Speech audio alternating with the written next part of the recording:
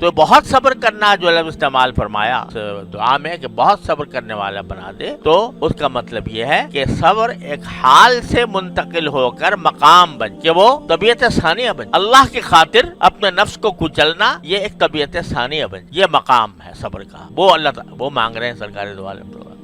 اللہم اجعلنی صبورا، اور اس کے ساتھ وجعلنی شکورا، اور مجھے بہت شکر کرنے والا بنا دے، بہت شکر کرنے والا بنا دے۔ یہ دو چیزیں جو ہیں صبر اور شکر، یہ دونوں جب ملتی ہیں اور دونوں کا امتزاج ہوتا ہے انسان کی طبیعت میں، تو بس وہی ایمان کا تقاضا۔ الایمان نصف صبر و نصف شکر، ایمان آدھا صبر ہے آدھا شکر۔ تو انسان کو اگر دیکھا جائے تو کسی بھی کوئی بھی حالت ہو اس میں یا صبر کی ضرورت ہوگی یا شکر کی ضرورت ہوگی۔ اللہ تبارک و تعالیٰ نے شکر ایسا مقام، ایک حدیث میں رسول کریم صلی اللہ علیہ وسلم کا ارشاد ہے کہ عجب لامر المومن، مومن کا معاملہ بھی بڑا عجیب ہے، ان اصابہ خیر حمد اللہ و شکر، اگر اسے کوئی بھلائی پہنچتی ہے تو اللہ کی حمد کرتا ہے، شکر کرتا ہے، ان اصابہ خیر حمد اللہ و شکر، وان اصابتہ مصیبت حمد اللہ و صبر، جب کوئی مصیبت پہنچتی ہے تو اللہ کی پھر بھی حمد کرتا ہے اور صبر کرتا ہے۔ تو اس کو فرمایا عجیب ہے معاملہ مومن کا، ہر حالت میں اس کا فائدہ ہی فائدہ ہے، گھاٹا نہیں ہے۔ اگر اچھی صورت اچھی حالت میں ہے تو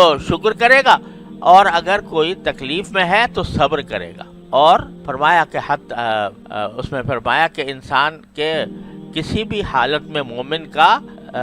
اجر، ہر حالت میں مومن کے لیے اجر ہے، حتی فی اللقمۃ التی یرفعها الی فی امرأتہ، یہاں تک کہ کوئی لقمہ اٹھا کر اگر اپنی بیوی کے منہ میں دیتا ہے تو اس پر بھی اجر ہے۔ بظاہر تو یہ دنیا داری کا کام معلوم ہو رہا ہے، کھانا پینا، بیوی کے منہ میں لقمہ دیا، تو یہ ہے تو بظاہر دنیا کا کام، لیکن سرکار دو عالم صلی اللہ علیہ وسلم فرماتے ہیں اس پر بھی اللہ تبارک و تعالیٰ کی طرف سے اجر ہے۔ تو عجیب معاملہ، اس کو فرمایا عجیب معاملہ ہے مومن کا کہ کسی بھی حالت میں گھاٹا نہیں۔ اب ذرا اس حدیث میں ایک اور بات پر غور فرمائیے کہ دو حالتیں بتائی نا حدیث میں، ایک یہ کہ نصابہ خیر حمد اللہ و شکر، اگر اس کو بھلائی پہنچتی ہے تو اللہ کا کی حمد کرتا ہے، شکر ادا کرتا ہے، یہ تو سمجھ میں آ گیا۔ آگے نصابت مصیبت، اگر کوئی مصیبت پہنچ جائے اس کو تو حمد اللہ و صبر، اس کو بھی حمد کرتا ہے، اللہ مصیبت کے وقت میں بھی حمد کرتا ہے اور صبر کرتا ہے۔ بظاہر تو وہ تکلیف میں ہے انسان اور پریشانی میں ہے، مصیبت آئی بھی ہے، کوئی دل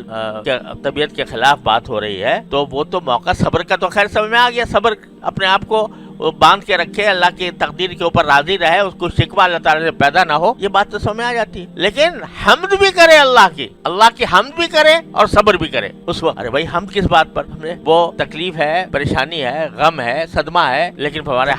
حمد کرے اور صبر کرے۔ تو بات دراصل یہ ہے کہ جب اللہ تبارک و تعالیٰ کی طرف سے کوئی چیز پہنچتی ہے، چاہے وہ تکلیف دہی کیوں نہ ہو، حقیقت میں وہ بھی نعمت ہے اللہ تعالیٰ، حقیقت میں وہ بھی نعمت ہے اللہ تبارک و تعالیٰ۔ کیوں ہے؟ اس لیے کہ ہر مصیبت پر بندے کو کی یا مغفرت ہوتی ہے یا درجات میں اضافہ ہوتا ہے، یہاں تک کہ حتی الہم یہمہ، کہ اگر کسی کو کوئی فکر لاحق ہے اس فکر کے اوپر بھی اللہ تبارک و تعالیٰ کے ہاں سے اجر ہوتا ہے۔ تو لہٰذا وہ مصیبت بھی حقیقت میں کیا ہے؟ وہ نعمت ہے، کیونکہ ایک نعمت اس طرح ہے کہ اللہ تعالیٰ اس پر اجر عطا فرما رہے ہیں۔ ایک حدیث میں رسول کریم صلی اللہ علیہ وسلم نے ارشاد فرمایا کہ بعض اوقات ایک بندہ ایسا ہوتا ہے اللہ تعالیٰ اس کو کسی خاص درجے تک پہنچانا چاہتا، اونچے درجے پہنچانا چاہتا، لیکن اس کے اعمال ایسے نہیں ہوتے کہ وہاں تک پہنچ جائے، اعمال ایسے نہیں ہوتے کہ وہاں تک پہنچ جائے، تو اللہ تبارک و تعالیٰ اس کے اوپر کوئی مصیبت بھیج دیتے ہیں۔ تو اس مصیبت کی وجہ سے وہ جو اس کی کمی رہ گئی تھی،